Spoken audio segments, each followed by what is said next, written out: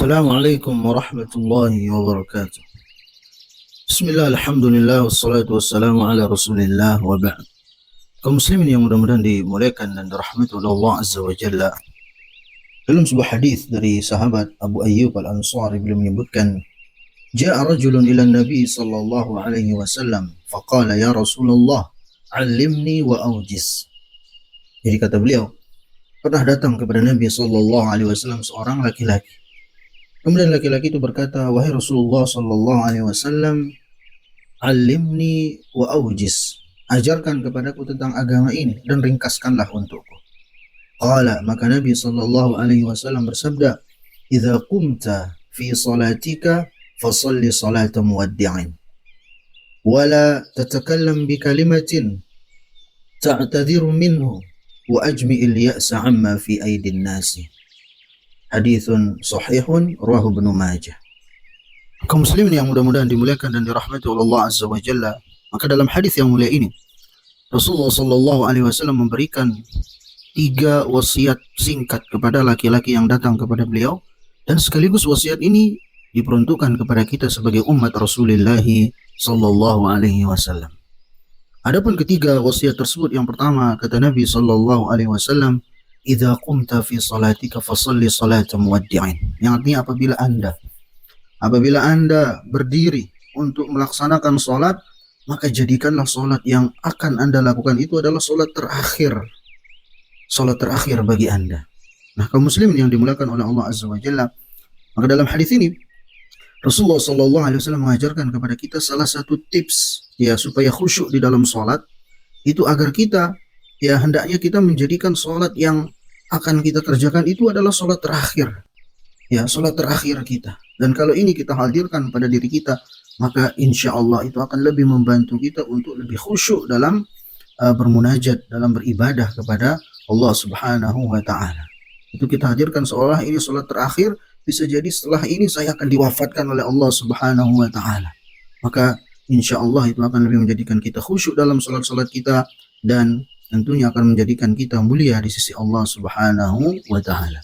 Kemudian wasiat yang kedua, kata Nabi sallallahu alaihi wasallam, wala tatakallam bi kalimatin atau bi kalamin ta'tadhiru minhu.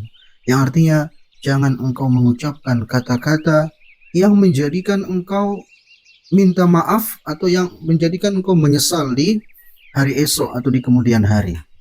Nah, kaum muslim yang dimuliakan dan dirahmati oleh Allah Azza wa Jalla, wasiat yang kedua ini Rasulullah sallallahu alaihi wasallam mengajarkan kepada laki-laki yang datang kepada beliau dan kepada kita sebagai umat beliau, agar kita menjaga lisan kita.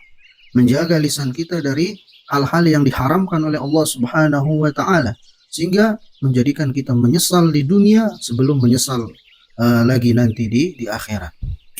Sebagian orang di dunia ini terkadang karena dia tidak bisa menjaga lisannya dari menghina saudaranya, merusak kehormatan saudaranya, yang menjelek-jelekkan saudaranya, sehingga dia tertimpa keburukan demi keburukan, sehingga tidak sedikit kita dengar ada yang kemudian dilaporkan ke pihak berwajib, sehingga dia berurusan dengan hukum, pada akhirnya nangis-nangis minta maaf.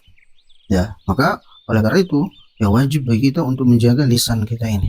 Maka dikatakan mulutmu adalah harimaumu, maka jaga lisan kita. Begitu pula dengan jangan sampai kita mengucapkan hal-hal yang menjadikan kita menyesal nanti di akhirat. Itu dengan melakukan atau dengan mengucapkan hal-hal yang diharamkan oleh Allah Subhanahu wa Ta'ala. Ya. Oleh sebab itu Rasulullah sallallahu alaihi wasallam bersabda dalam sebuah hadis yang sahih, wa hal yukabbun nasu ala wujuhihim aw ala manakhirihim illa hasaidu alsinatihim. Yang artinya, dan tidaklah seorang itu dilemparkan ke dalam api neraka dalam kondisi telungkup, diseret kemudian dilempar ke dalam api neraka, melainkan dikarenakan dosa lisannya. Kemudian wasiat Nabi sallallahu alaihi wasallam yang ketiga adalah wa ajmi'il ya'sa amma fi aidin nas. Yang artinya, hendaknya Anda tidak terlalu banyak berharap kepada manusia. Jangan terlalu banyak berharap kepada manusia. Berharaplah hanya kepada Allah Subhanahu wa Ta'ala. Perbanyak harapan kita hanya kepada Allah Subhanahu wa Ta'ala, karena semakin sering kita berharap kepada manusia, seringkali kita kecewa. Beda kalau kita berharap kepada Allah Subhanahu wa Ta'ala, karena sejatinya Allah Subhanahu wa Ta'ala Tidak ada yang menghalanginya dari berbuat sesuatu. Allah Subhanahu wa taala Maha mampu atas segala sesuatu. Apabila Allah menginginkan, Allah tinggal mengatakan kun fayakun. Maka apapun harapan kita, hendaknya kita tujukan kepada Allah Subhanahu wa taala. Beda dengan manusia.